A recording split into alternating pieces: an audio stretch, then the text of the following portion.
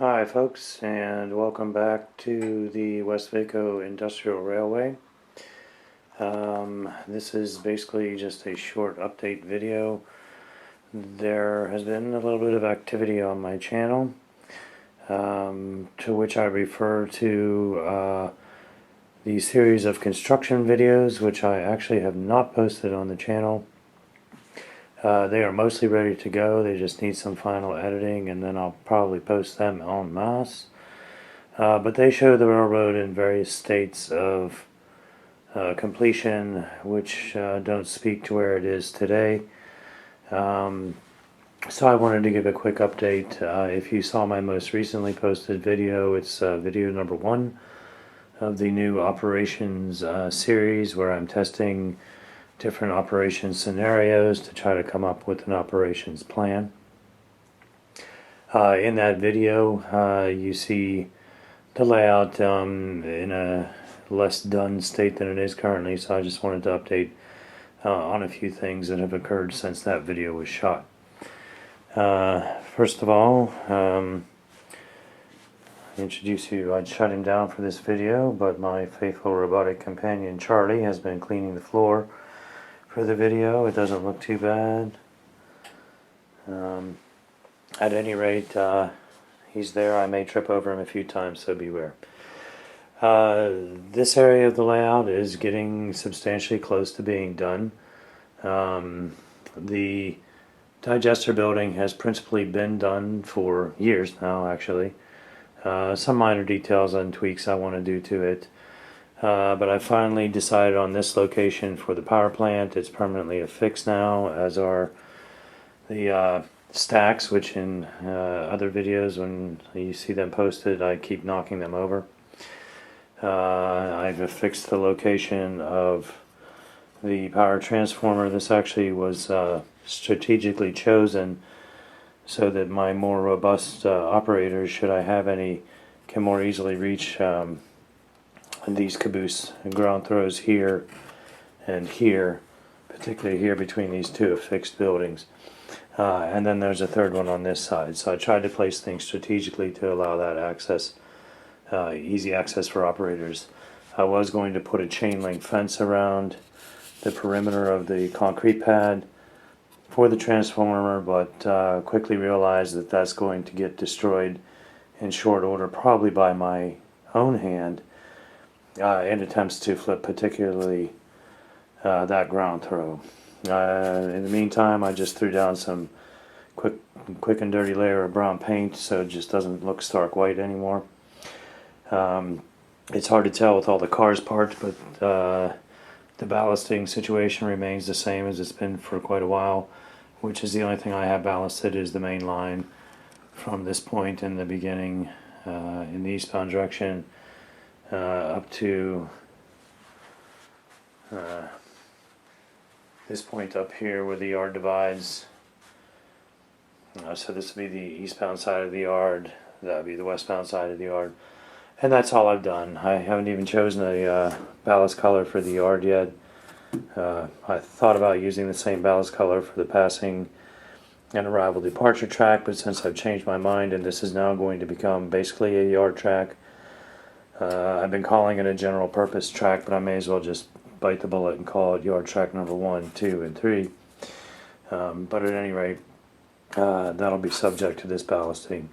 Some of the other more exciting things, at least in my mind, because it was a difficult project to complete, was I got some of the concrete laid down. So this is, I don't know how well it will show in the video, but it's intended to represent the concrete that the factory is built on. Even though the colors are very close, they are actually significantly different in real person, because this is corrugated siding painted a color called I believe is called seafoam gray or something like that, but it does come close, but it is what it is. I spent an inordinate amount of time choosing this particular color for the concrete. There was also in a mass distributable form, in other words spray paint, so that I didn't have to keep mixing batches and batches and cleaning eternally my airbrush. I think I finally concluded the design questions I had for the dry chemical storage building, or processing building, I should say. So those two, I don't know what you'd call them, girders for the time being coming down represent the locations of where the two dry chemical pits will be located. Let me go back here for this furthest track back, so you can unload one car in front of the pit that will be under it here, and another car that will be in the pit that will be under, or the other, yes, another car here under a pit here. And once I have this structure built, this is basically intended to represent a conveyor that will pull that dry material up into the top floor of the chemical processing building, wherein it will be processed. The tank in the middle then is there to store any sort of wet chemical that's ready to go into the building to be processed. So there'll be a lot of piping going into the building from this particular tank, and this tank will be replaced with an actual tank for liquid instead of a grain tank eventually. All that is subject to more piping that will come from there and several other places, or I should say go to rather. The wet chemical unloading facility, which is here, I had a fantastic architectural design for this, which I haven't given up on, but since I got duped by Michaels with their mislabeling, it ended up getting spray painted with a blue color that was filled with glitter. And unless you have some secret way that I don't know about to clean glitter paint off of styrene model, then I'm kind of basically living with the notion that that model is destroyed and I have to build it over again, and that was a lot of work. The concrete pad here isn't quite finished. The center pieces need to be glued down. These are styrene. This is EVA foam. I did this technique as well as with the concrete pad here in this area, based on something I saw on Kathy Millett's channel where she does a similar thing. And for the most part it's worked out rather well. These three tracks function well. I don't get any shorts in the locomotives. The cars run in and out pretty well. But I'm having terrible trouble with the pad under these buildings here, with locomotives on this track, which is the one that borders that pad over there, constantly shorting out. You can see areas where the EVA foam sticks up proud of the rail top. And I believe that when Kathy created her video for this, she was doing it on Code 100 rail, which I expect would fit just fine. But I digress there. Wet chemicals, I'll eventually have a piping system running from this platform over to these storage tanks, and then from the storage tanks over to that tank or other tanks that'll be spread throughout the layout in appropriate places. As well, this will have rubber hoses that I'm going to make based on a technique I saw on a YouTube video, and I can't remember offhand what the fellow's name is, but it was a pretty clever idea of using a craft tubing product for making jewelry from Michaels with some wire inside to keep its shape and coiling it up to look like hosing. So I'm going to have those on there and a few other details, and I will put a fence around the perimeter of this entire pad. I've done a little bit of work on this part of the town. This is just a housing section, so I've cut away the back area foam, shaped it a little bit, selected the structures that will go there, so it'll be one large house and three smaller houses, and then a road that goes behind them, and it'll hit that mirror and appear to continue on. And the mirror will be surrounded by trees, and then it's not painted yet, but this road here will represent the main road that comes down through the town, and it will scoot around through the track here and then turn and go that way. And another mirror in this area will be a very small train station. You may remember from the operations intro video I briefly mentioned that I was going to have full Amtrak service on this, even though it's completely unrealistic. I don't care. I love Amtrak, and it's 1980s. Particularly configurations are my favorite. So that's going to reappear.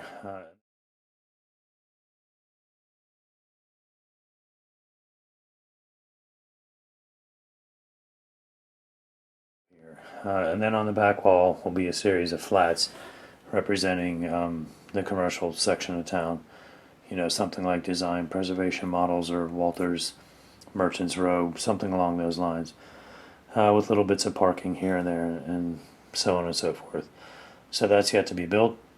This whole area is yet to be ballasted.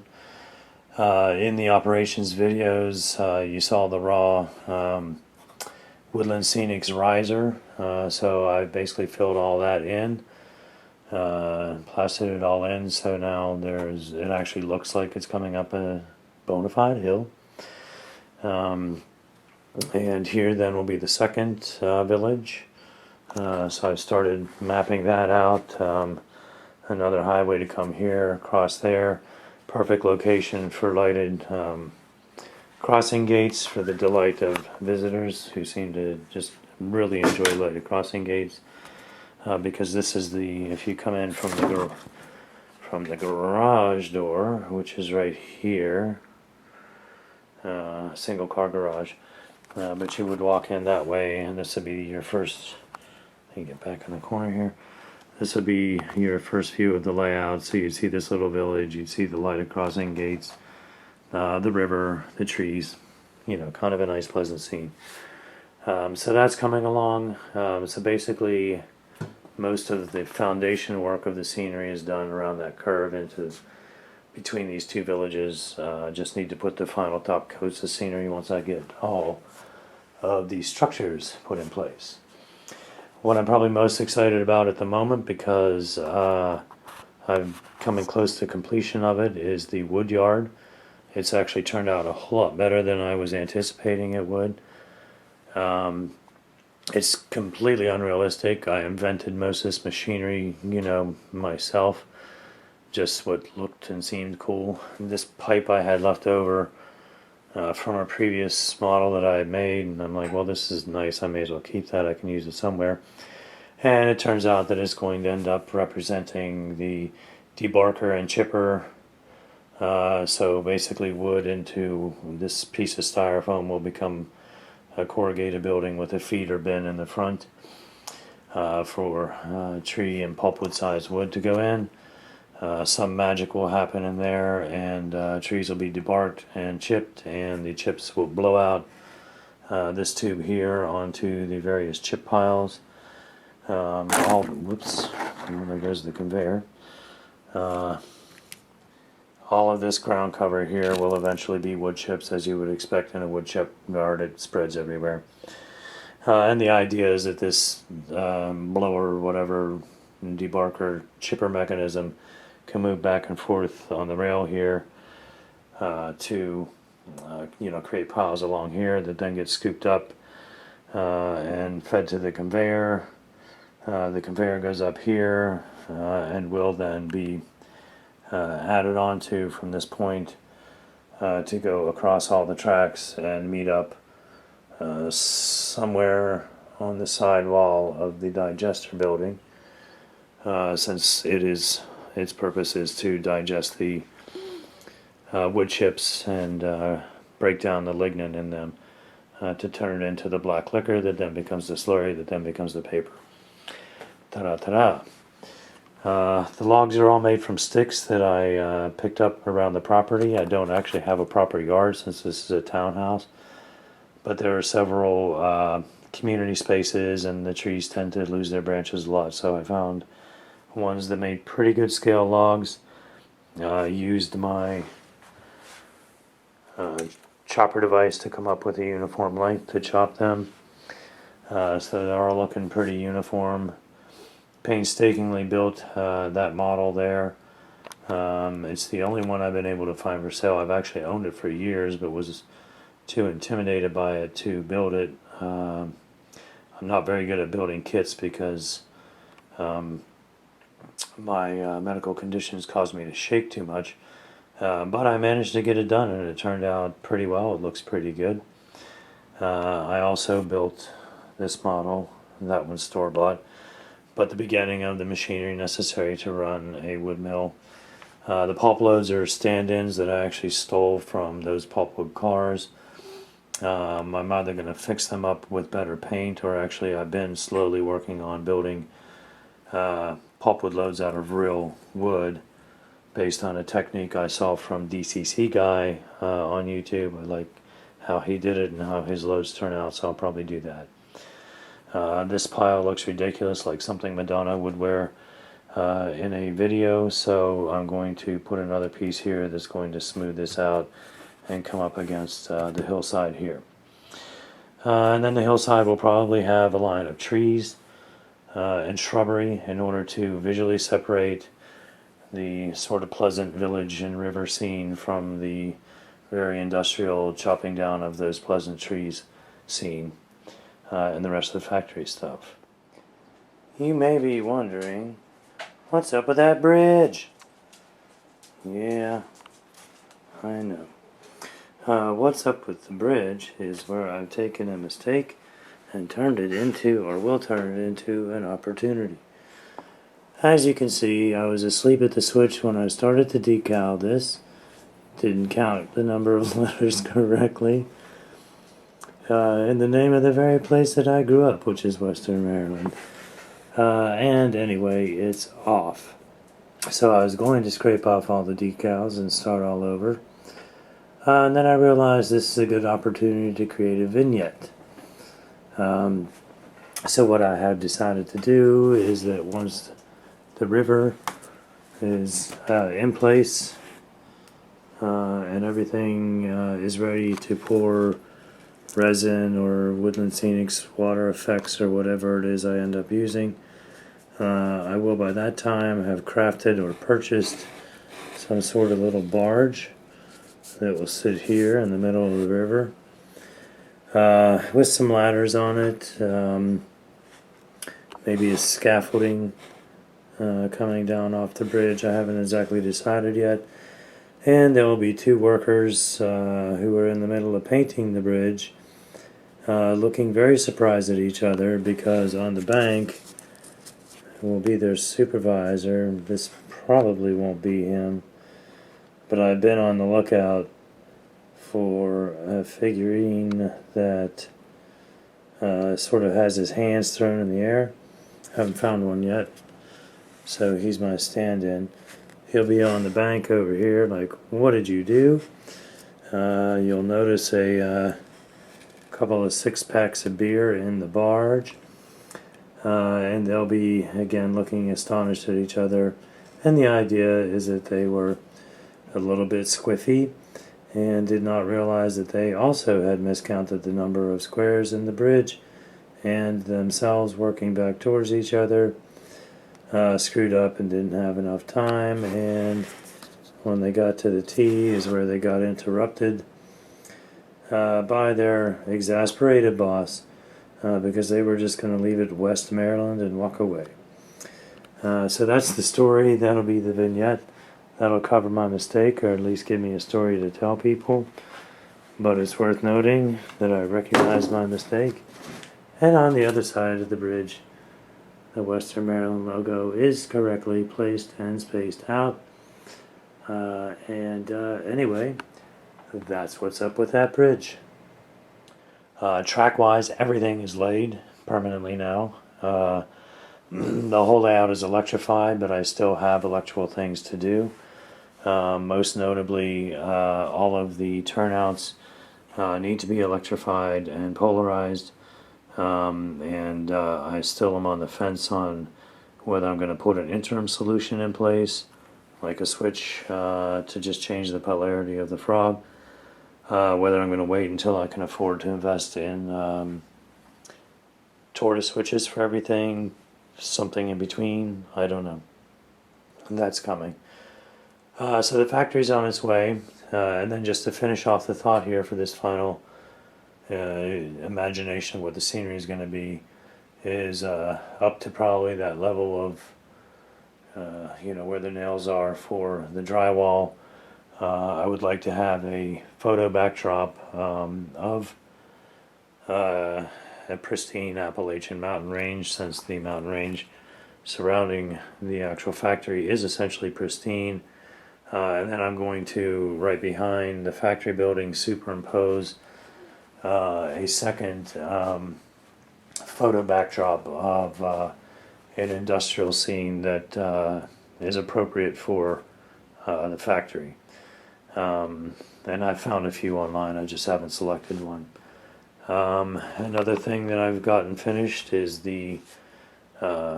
really it's a steam stack, not a smokestack, but it is one of the most recognizable features of the factory. Its scale is truly enormous. I believe it's 585 feet tall. So mine, of course, had to be equally enormous. And so I have, I think, pretty well accomplished that. So let me back up here so you can appreciate the scale compared to the rest of the building and the layout in general. So that's pretty dramatic. I think it captures the drama of the real thing quite well. It's a little crooked. I need to straighten it up and certainly do some super detailing on that. That stack alone is going to be one of the centerpiece models. And for one thing, it needs to be tapered because of the way that it was constructed. What's missing is the part of the factory that handles the drying and pressing of the paper, as well as the part of the factory that handles the shipping of loaded boxcars. I pulled all those out because I am working on putting a ground cover here around these rails. Originally I was going to do another, derail my trains while I'm at it, I was going to do another concrete segment all the way where you see the black here, plus this white segment up to the black. But then I thought that's just going to be way too much concrete. So I read about a technique in Model Railroader of using this stuff, which is Krylon is sort of like a craft paint called fine texture stone. This is the pebble texture. This is a color I thought was going to be rather unique to my gravel section here. Turns out it's awfully close in color to the concrete and awfully close in color to that building, but it is what it is. So currently I have a piece of it sitting outside drying. Through the magic of YouTube, this area actually has improved. Those buildings that were missing just seconds ago have returned, including an addition that I built for the finished paper shipping facility.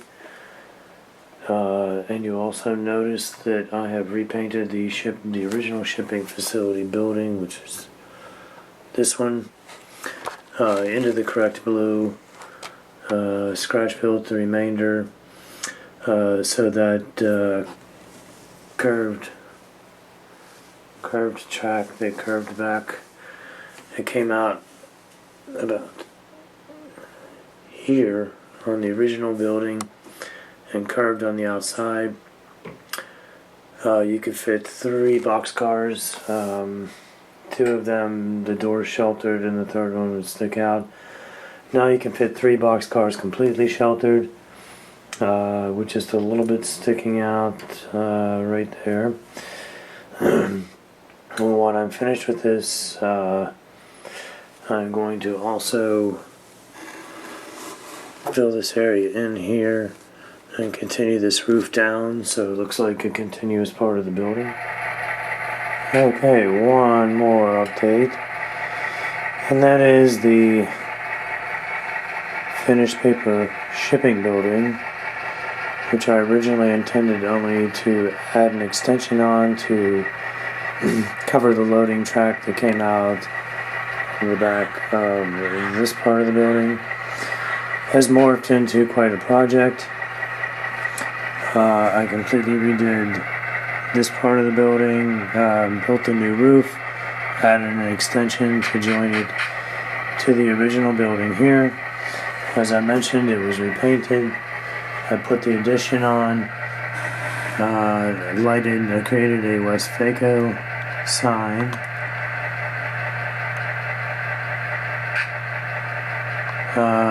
Put LED lighting on that, low level focus lighting, and then created what I hope looks like good industrial lighting along the rest of the outside of this building. So now basically, since I've done this work from the edge of the building there, the very back of it, all the way to this building, to that scene just to the right of the yellow door,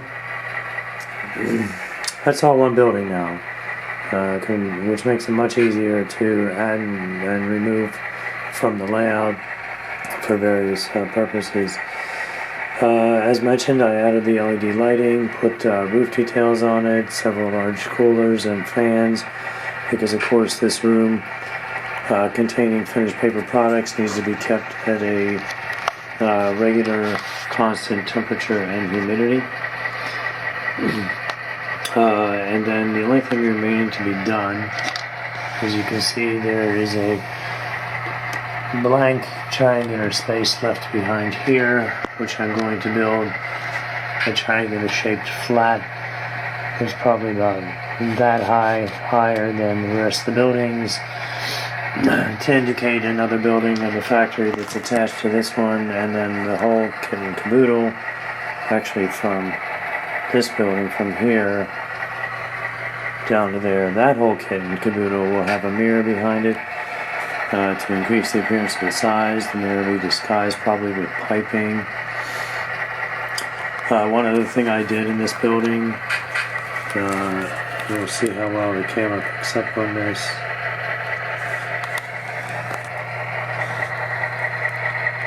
I put a detailed interior loading dock in here. I think it looks pretty good. So you can barely see them. Let me get my candy stick here. These two bales here are actually from a Walters kit. And then everything behind the worker there, all the way to the back, all those paper rolls stacked up are actually cylindrical desiccant containers that come in packages of medication, in bottles of medication actually. And I've been collecting them for years, knowing that they would eventually become paper rolls somewhere on this layout, and here they are. Let's see if I can zoom in with focus. Yeah. And the loading dock then, I hope I'm about to do the first test trial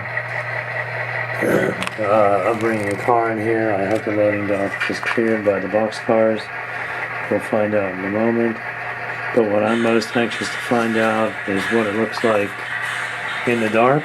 So I've already shut the overhead layout lights off. I'm going to shut the overhead garage light off and my desk light and look at it in complete darkness.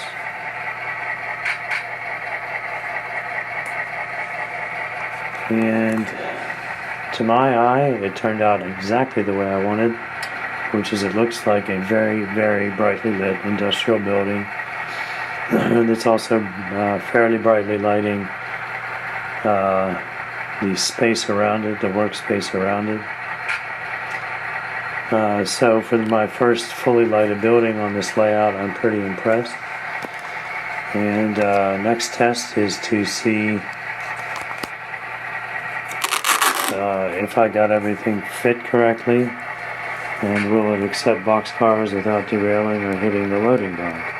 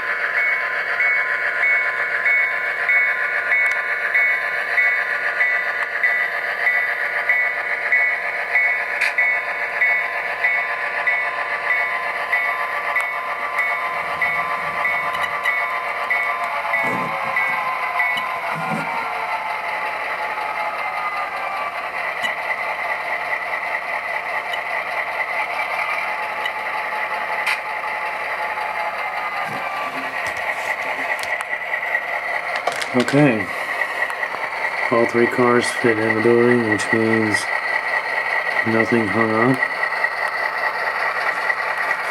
It appears that, as much as I can see from here, the loading dock appears to be intact. I call that a successful test. And what this represents from an operational standpoint is that 3 boxcars can be loaded at one time in this building, whereas before it was only 2. So that increases operations slightly, which is nice. And now let's back out.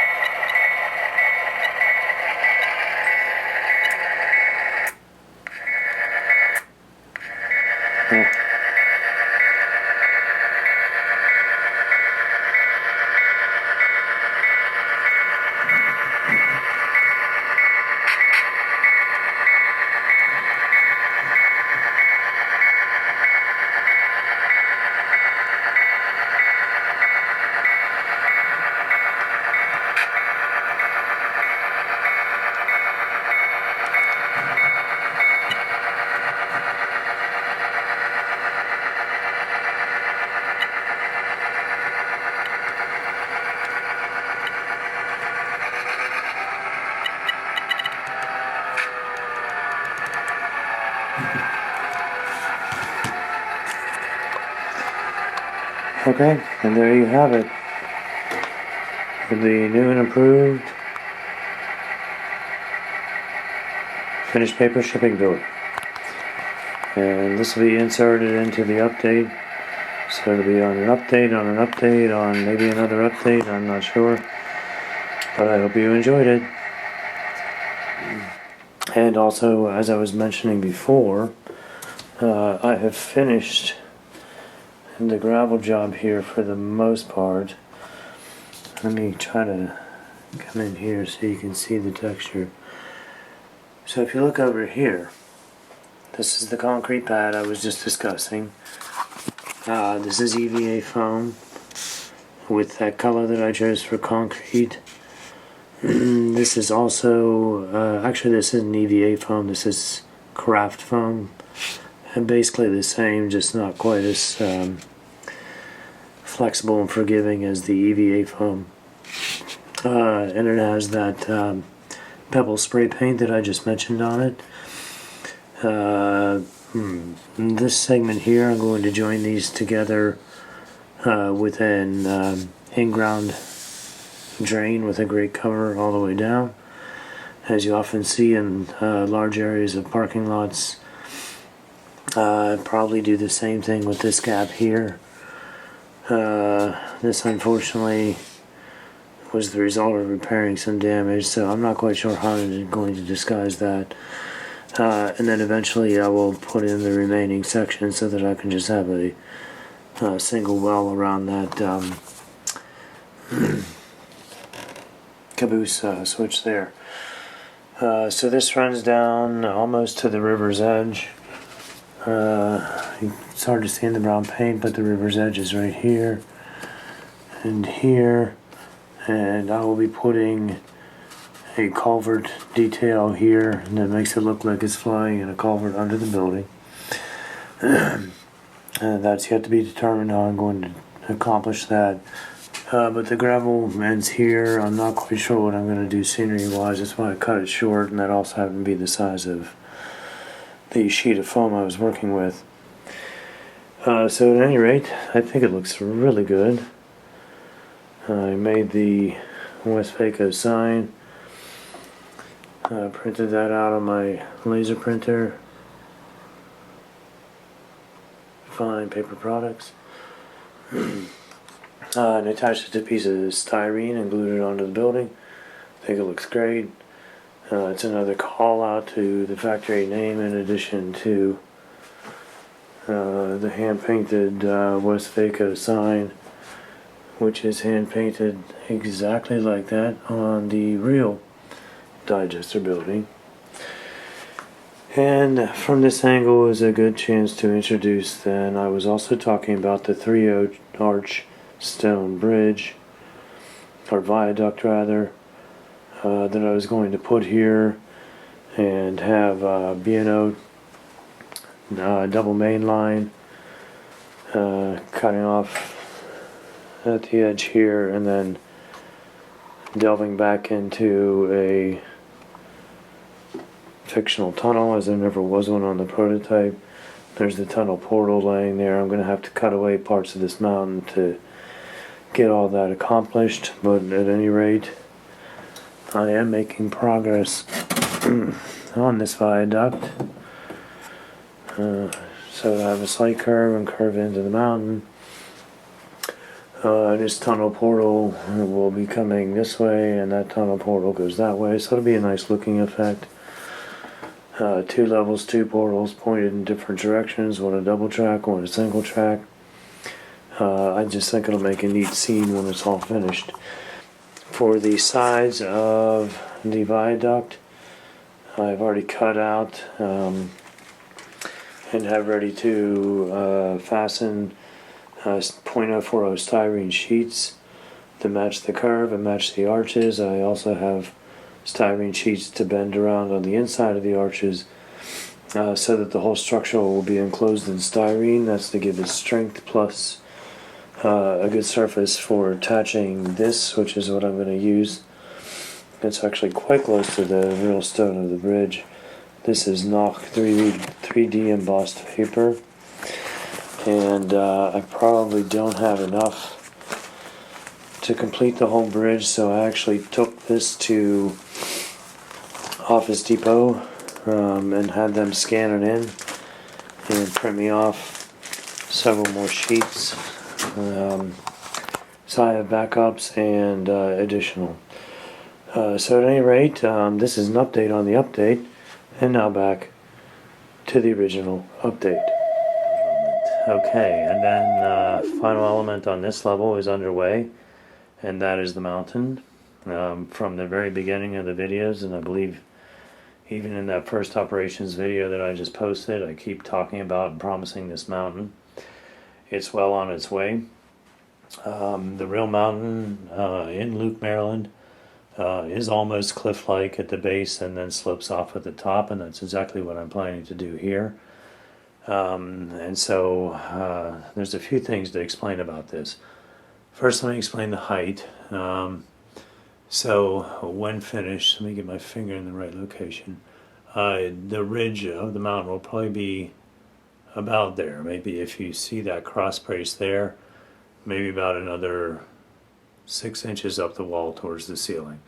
And then there'll be sort of a plateau at the top, and that will be there we go, the third village on this level. And I haven't for the life of me figured out where they would have a station.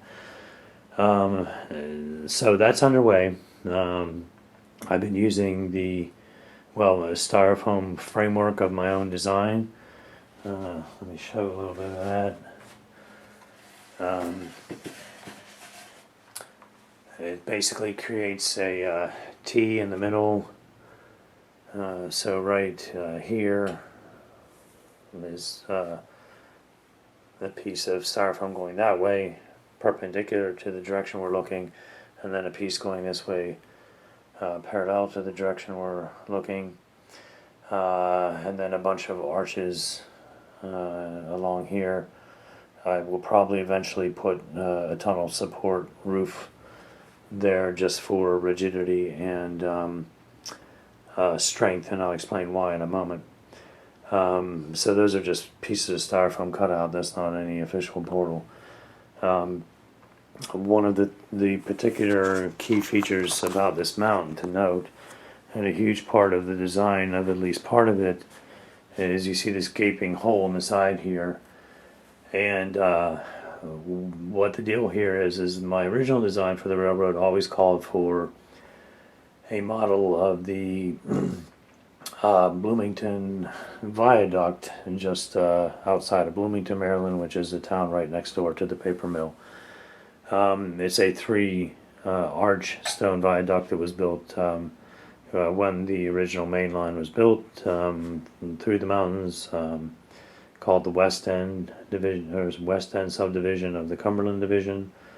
of the B&O. It was the first railroad to ever cross the Allegheny Mountains. It has the famous 17-mile grade on it, etc., etc., and it crosses this viaduct at the bottom. It's not only a cool model, it's appropriate for the location, and it also gives me a chance to represent the B&O on this layout, since I didn't have enough room to have tracks from both the Western Maryland, which is what is represented here, and the Baltimore and Ohio. So that will be a slightly curved, you can kind of see the outline here, slightly curved stone arch bridge that will curve into the mountain, into a tunnel. Completely unrealistic, there was no tunnel anywhere near it. But at any rate, then I can have a static display of a train on top of it, and it will come in right about where that shelf is.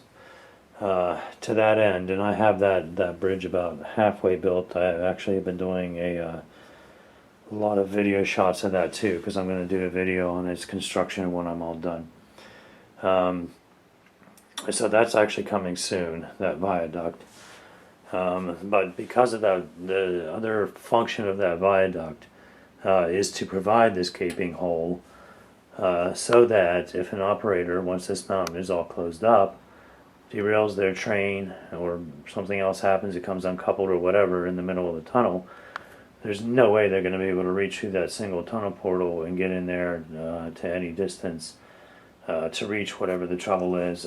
Same thing true, even though it's a double portal, it's just too much distance. So I needed some way for an operator to be able to get into the mountain and reach all the way back into the far corner to rescue any wayward equipment.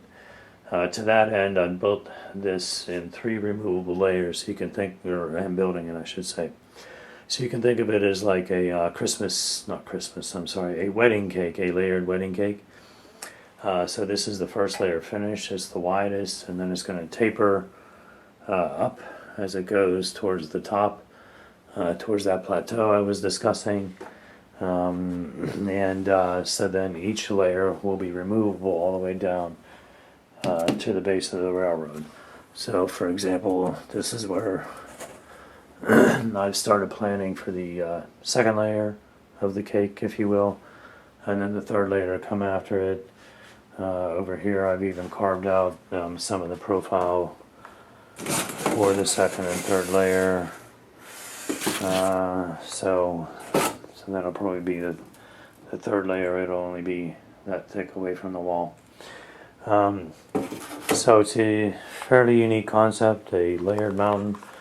But then also I wanted to do that so that if it was really bad, if whatever was going on in the tunnel just couldn't be reached, you could layer by layer remove the mountain, set it aside until you got to the bottom piece, remove the bottom piece, and have a clear field to be able to get in there. So that's nearing completion. I've only got 2 minutes left on my battery. So the one last thing I wanted to talk about is throughout other videos I've been talking about the helix that you see in other videos. You can't really see it now because it really isn't there. I did take it apart. Its constituent pieces are right here. And there's one that's actually bolted down onto the board here. Once I get basically this level complete, I'm going to return to work on this, reverse this direction, and have it come out where I want to, up at the top there in the corner, down at the bottom here in this corner. So that's coming along nicely. The trains are running. I'm going to do this soldering job, finish this pebble job, put these buildings back, add lighting to these buildings, add lighting to this building, add sound to both of these buildings, and then this area basically from that chemical processing all the way down to the mountain will be complete, essentially. Scenic, functioning, so on and so forth, with the exception perhaps of putting switch machines in there, like circuitrons. And then this lower level here, I still have yet to decide what I'm going to do with it or how. All I know is the entry track will come in where that yellow piece of cardboard is. Okay, and so there's an update. Just for reference, it is the third week in October, so basically I've been at this for about 4 months. So this is how far I've come in 4 months from bare plywood to this. So a lot of work, a lot of fun work, a lot of hard, boring, and tedious work, but I've overall very much enjoyed it, and starting to benefit the rewards. As usual, if you have any comments, please leave them in the comment section below. Any complaints, the rare compliment, suggestions, etc., etc. And please subscribe to the channel. I think everybody knows how to do that, but you click on the subscribe button and then click on the bell to determine how and how often you wish to be notified when I post a new video. And otherwise, thank you, and see you next time for the next update, construction, or operations video for the Westvaco Industrial Room.